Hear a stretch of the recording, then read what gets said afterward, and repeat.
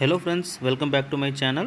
இன்றைக்கி நம்ம சேனலில் என்ன பார்க்க போகிறோம் அப்படின்னா உருளைக்கிழங்கு போண்டா வாங்க எப்படி செய்யுதுன்னு பார்க்கலாம். வீடியோக்குள்ளே போகிறதுக்கு முன்னாடி this video is sponsored by BuyMote shopping app. BuyMote e-shopping appல உங்களுக்கு தேவையான grocery items எல்லாமே கம்மி விலையில் வாங்கிக்கலாம். வீடியோவோட டிஸ்கிரிப்ஷனில் லிங்க் கொடுத்துருக்கேன். ஆப்பை டவுன்லோட் பண்ணி பர்ச்சேஸை ஸ்டார்ட் பண்ணுங்கள். தேங்க்யூ. வாங்க இப்போ வீடியோக்குள்ளே போகலாம். அதுக்கு தேவையான பொருட்கள் 3 உருளைக்கிழங்கு, 3 மீடியம் சைஸ் வெங்காயம், 2 பச்சை மிளகாய், ஒரு கொத்து கறிவேப்பிலை, ஒரு கொத்து கொத்தமல்லி, ஒரு கொத்து புதினா, தேவையான அளவு பட்டாணி. ஒரு குக்கரில் உருளைக்கிழங்கையும் பச்சை பட்டாணியும் ரெண்டுத்தையும் சேர்த்து நல்லா வேக வச்சு எடுத்துக்கணும். உருளைக்கிழங்கு வெந்த பிறகு மேல் தோலை எடுத்துகிட்டு அதை ஒரு பவுலில் வந்து நம்ம எடுத்துக்கலாம். அது கூடவே நம்ம பச்சை பட்டாணியும் சேர்த்துட்டு ரெண்டுத்தையும் நல்லா ஒன்றா மேஷ் பண்ணி எடுத்துக்கணும். நல்லா மேஷ் பண்ணி எடுத்த பிறகு அது கூட நம்ம புதினா இலையும், நறுக்கிய வெங்காயமும், கொத்தமல்லியும், பச்சை மிளகாயும், கறிவேப்பிலையும், தேவையான அளவு உப்பையும் சேர்த்துக்கிட்டு ஒரு 1/2 டேபிள் ஸ்பூன் அளவுக்கு மிளகாய்த்தூள், 1 டேபிள் ஸ்பூன் அளவுக்கு கரம் மசாலா இது எல்லாமே சேர்த்துட்டு நல்லா மிக்ஸ் பண்ணி விட்டுறணும். பார்த்திங்கன்னா உருளைக்கிழங்கு மசாலா வந்து ரெடி ஆகிடுச்சு.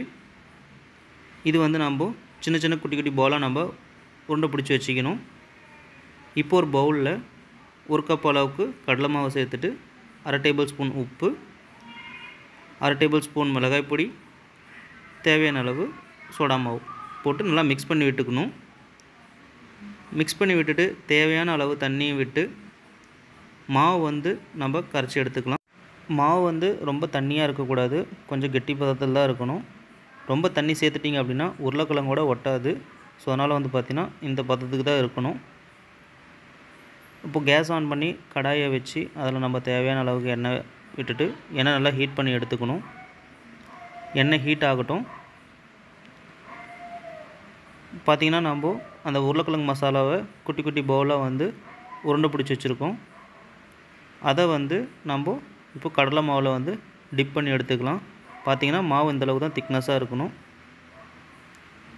எண்ணெய் சூடேறினதும் நம்ம ஒவ்வொரு பவுலாக நம்ம கடாயில் போட்டு பொரிச்சு எடுத்துக்கலாம். ஸோ இந்த மாதிரி 1 by 1 நம்ம ஒவ்வொரு போண்டாவையும் வந்து போட்டு எடுத்துக்கலாம். மாவோட பதத்தை பார்த்திங்களா இந்த அளவுக்கு இருக்குன்னு.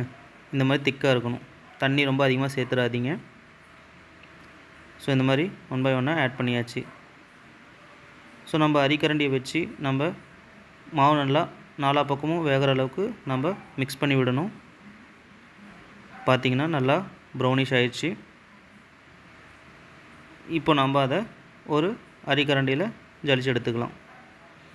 பார்த்திங்கன்னா உருளைக்கிழங்கு போண்டா சுவையாக ரெடி ஆயிடுச்சு. ஸோ இது ஈவினிங் டைமில் இந்த மாதிரி நீங்கள் வீட்டில் செஞ்சு சாப்பிடுங்க, நல்லாயிருக்கும். சின்னவங்கலேருந்து பெரியவங்க வரைக்கும் எல்லாமே விரும்பி சாப்பிடுவாங்க.